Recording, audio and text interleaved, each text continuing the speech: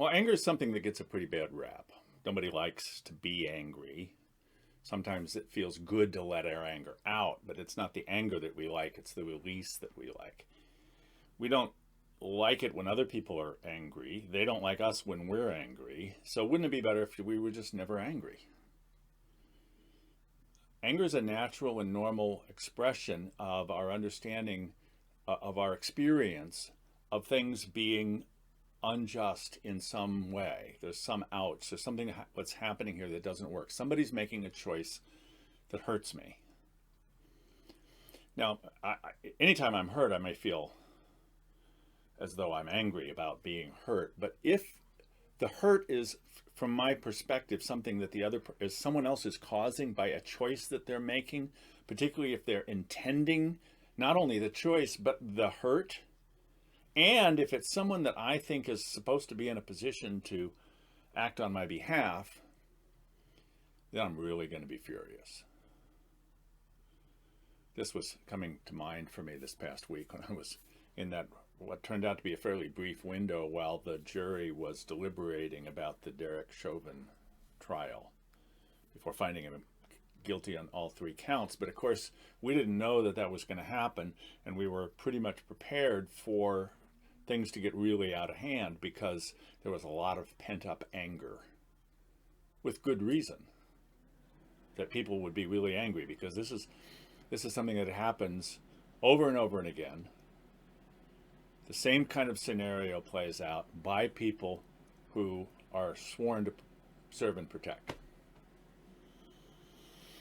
So, wouldn't it be better if we just weren't angry?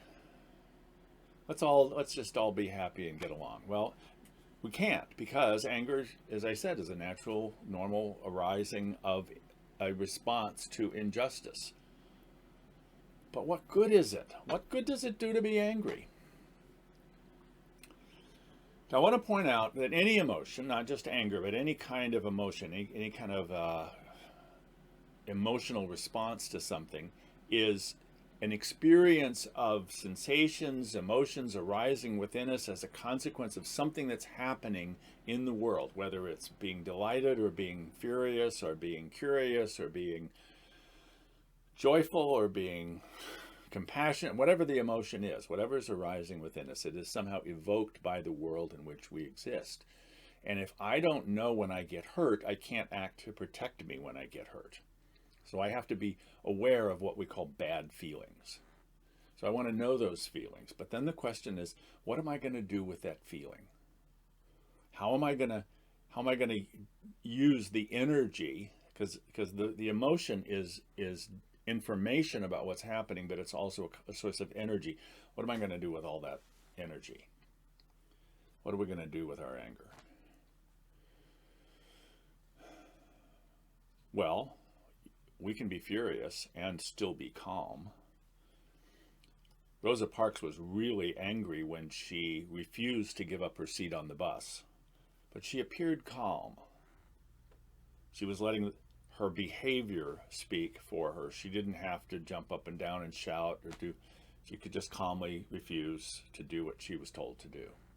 So our anger can be expressed in many different ways, but we have to be conscious of it. We have to kind of make friends with it.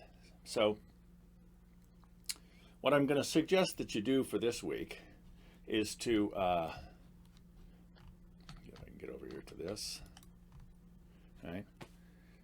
Try to pay attention to what it is that you're most angry about. Now this may be a trick because mostly we try to not be aware of our anger because we don't like anger and we don't think there's much we can do about it. So I'm just going to invite you to pay attention to what is it that you're angry about? What is the injustice?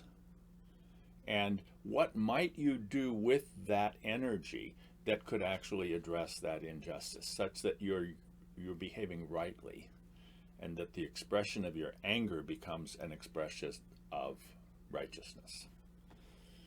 All right? Hope to see you this Sunday night. Take care.